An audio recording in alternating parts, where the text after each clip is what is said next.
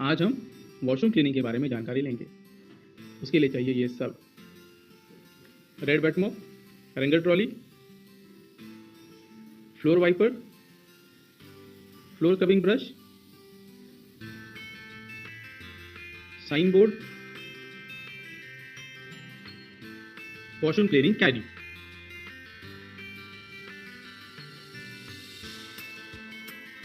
सर्वप्रथम हमें sign board लगाना है और डोर को नॉक करते हुए हमें अंदर जाना है।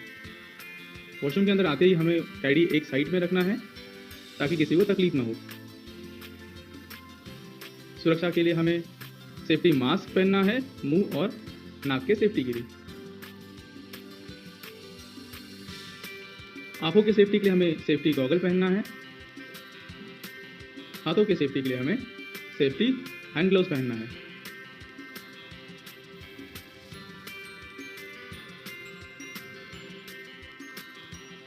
पहले हमें पूरे वॉशरूम का मेंटेनेंस चेक करना है। मेंटेनेंस में हम चेक करेंगे पानी प्रॉपर आ रहा है कि नहीं, सेंसर चल रहा है कि नहीं प्रॉपर, कुछ डैमेज तो नहीं है ना, सेंसर बराबर है कि नहीं।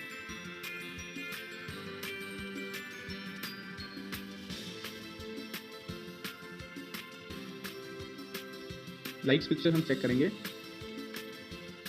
डोर हैंडल बराबर है कि नहीं, हैंड स्प्रे जो है प्रॉपर चल रहा है कि नहीं, ये भी हम चेक करेंगे। फ्लश चल रहा है कि नहीं, ये भी हम मेंटेनेंस में चेक करेंगे। WC सीट कवर डैमेज तो नहीं है ना, ये चेक करेंगे।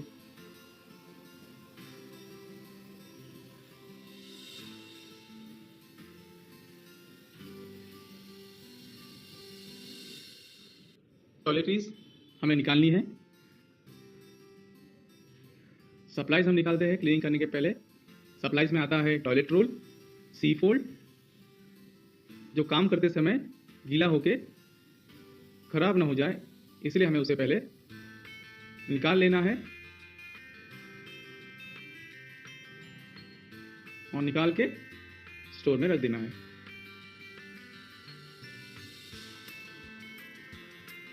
डस्टपैन और फ्लोर पिकअप ब्रश की सहायता से हमें फ्लोर के ऊपर का बड़ा बड़ा कचरा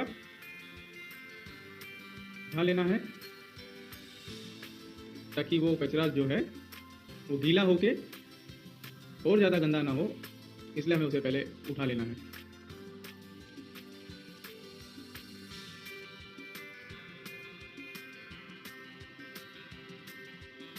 उठाए हुए कचरे को हमें डस्टबिन में डालना है।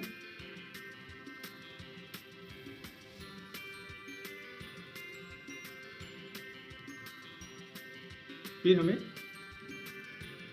क्यूबिकल में का जो डस्टबिन है उसे क्लीन करना है।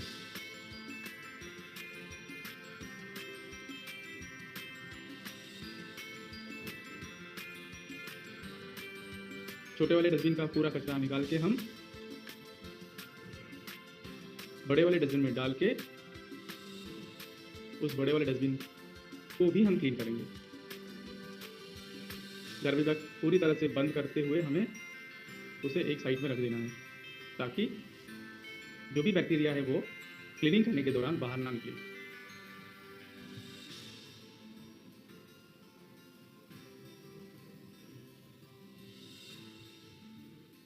अब हम करेंगे WC क्लीनिंग।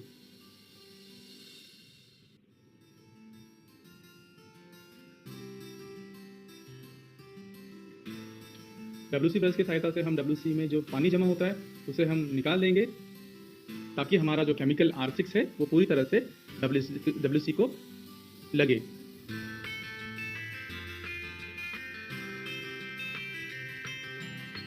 R6 केमिकल को हमें इस तरीके से WC को लगाना है ताकि वो पूरी तरह से पूरी WC में फैल जाए।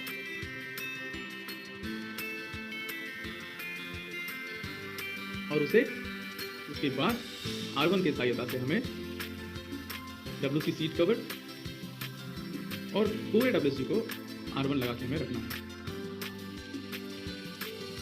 R6 हमें 10 से 15 मिनट रखना है ताकि वो पूरी तरह से WC को लगे और अच्छी तरह से क्लीन हो।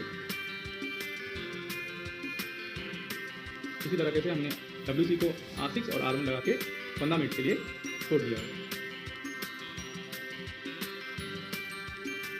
फिर हम आते हैं यूरिन पॉट क्लीनिंग की तरफ। यूरिन पॉट में भी हमें आर्चिक इस तरीके से लगाना है ताकि वो पूरे यूरिन पॉट में फैल सके और अच्छी क्लीनिंग दे सके।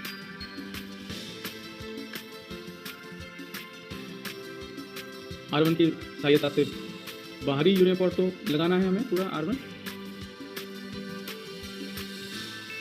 और यूरिन पॉट को भी हमें 10 से 15 मिनट के लिए छोड़ देना है। फिर हम आते हैं वॉश बेसिन क्लीनिंग की तरफ। R1 हमें वॉश बेसिन के अंदर लगाना है।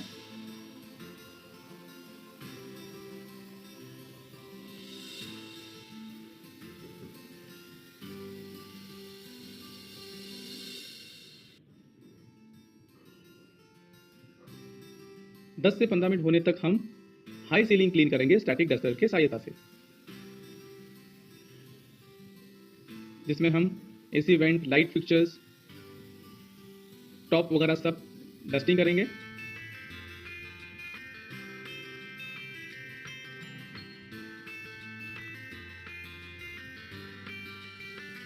अगर जरूरत है तो हम लैडर का भी इस्तेमाल कर सकते हैं हाई सीलिंग करने के लिए।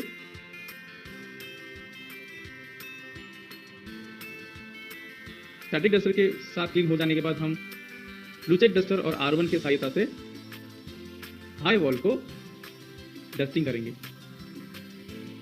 जिसमें कोई दाग वगैरह है तो वो पूरा निकल जाए और हमारा वॉशरूम की वॉल जो है वो अच्छी तरह से दिखने लगे, क्लीन दिखे, साफ दिखे, कीटाणु मुक्त दिखे। जिसमें हम पार्टीशन भी डस्टिंग करेंगे।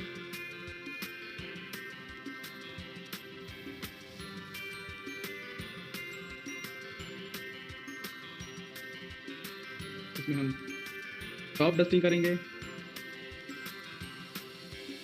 डोर्स डस्टिंग करेंगे, क्यूबिकल के अंदर का पार्टीशन डस्टिंग करेंगे, अंदर के वॉल, पार्टीशन, ये भी हम डस्टिंग करेंगे।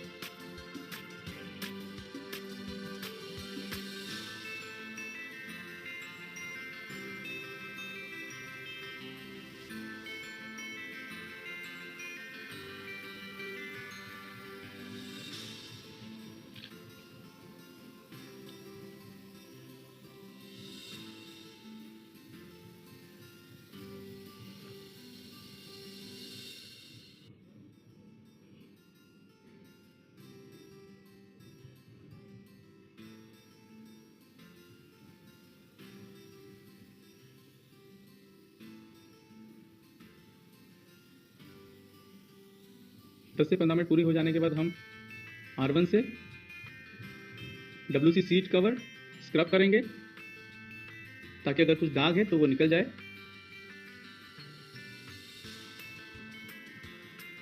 तो R1 से और रेड नायलॉन स्क्रबर से हम पूरे WC को बाहरी तरफ से हम स्क्रब करके लेंगे।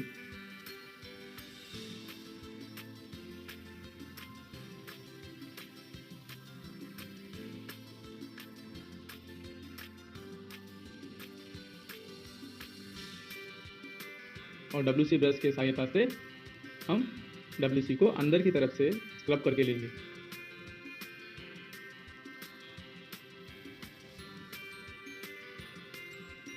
और फिर फ्लश करके WC को वॉश कर देंगे ताकि जो गंदगी है और जो आर्सिक लगा है वो पूरी तरह से निकल जाए।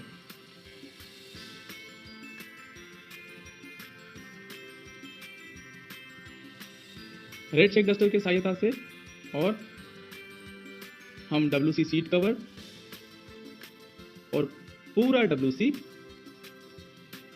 बाहर से डस्टिंग करके लेंगे ताकि हमारा WC सूखा और अच्छा दिखे, कीटाणु मुक्त हो।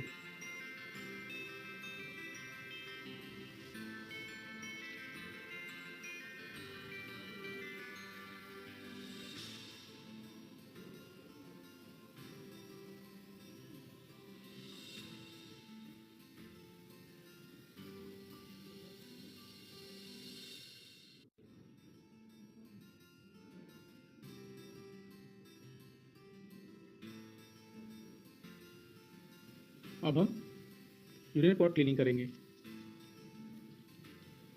जिसमें हम रेड नायलॉन स्क्रबर और R1 की सहायता से पूरा यूरिनरी पॉट बाहरी तरफ से हम स्क्रब करेंगे, जिससे कुछ दाग वगैरह है वो निकल जाए।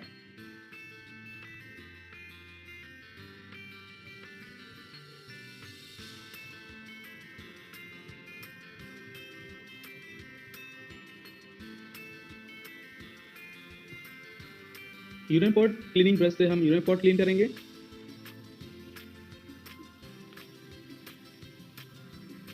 अच्छी तरह से यूरिन पॉट स्क्रब करेंगे हम।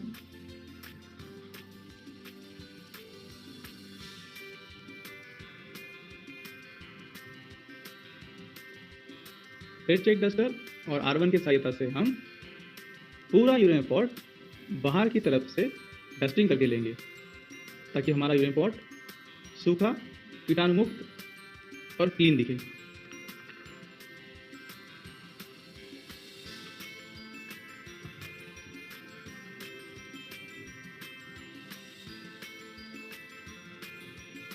अब हम वॉश बेसिन काउंटर क्लीन करेंगे। वाइट ग्लास डस्टर और R3 के सहायता से हम वॉश बेसिन का मिरर क्लीन करेंगे। अगर ग्लास बहुत ही बड़ा है तो हम विंडो वॉशर और विंडो स्क्वीजी लेके उसे क्लीन करेंगे।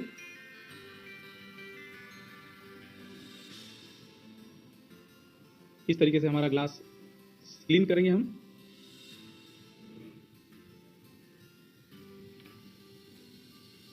ब्लू नाइलॉन स्क्रबर और R1 के सहायता से हम पूरा वॉश बेसिन काउंटर स्क्रब करेंगे।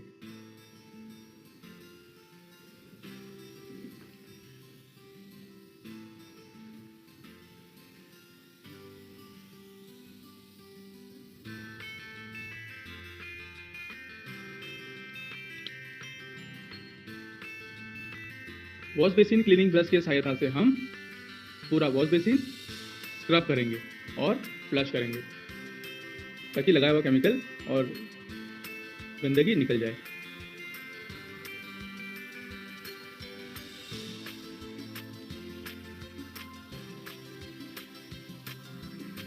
किचन स्क्वीजी के सहायता से हम वॉश बेसिन काउंटर का पानी निकाल लेंगे।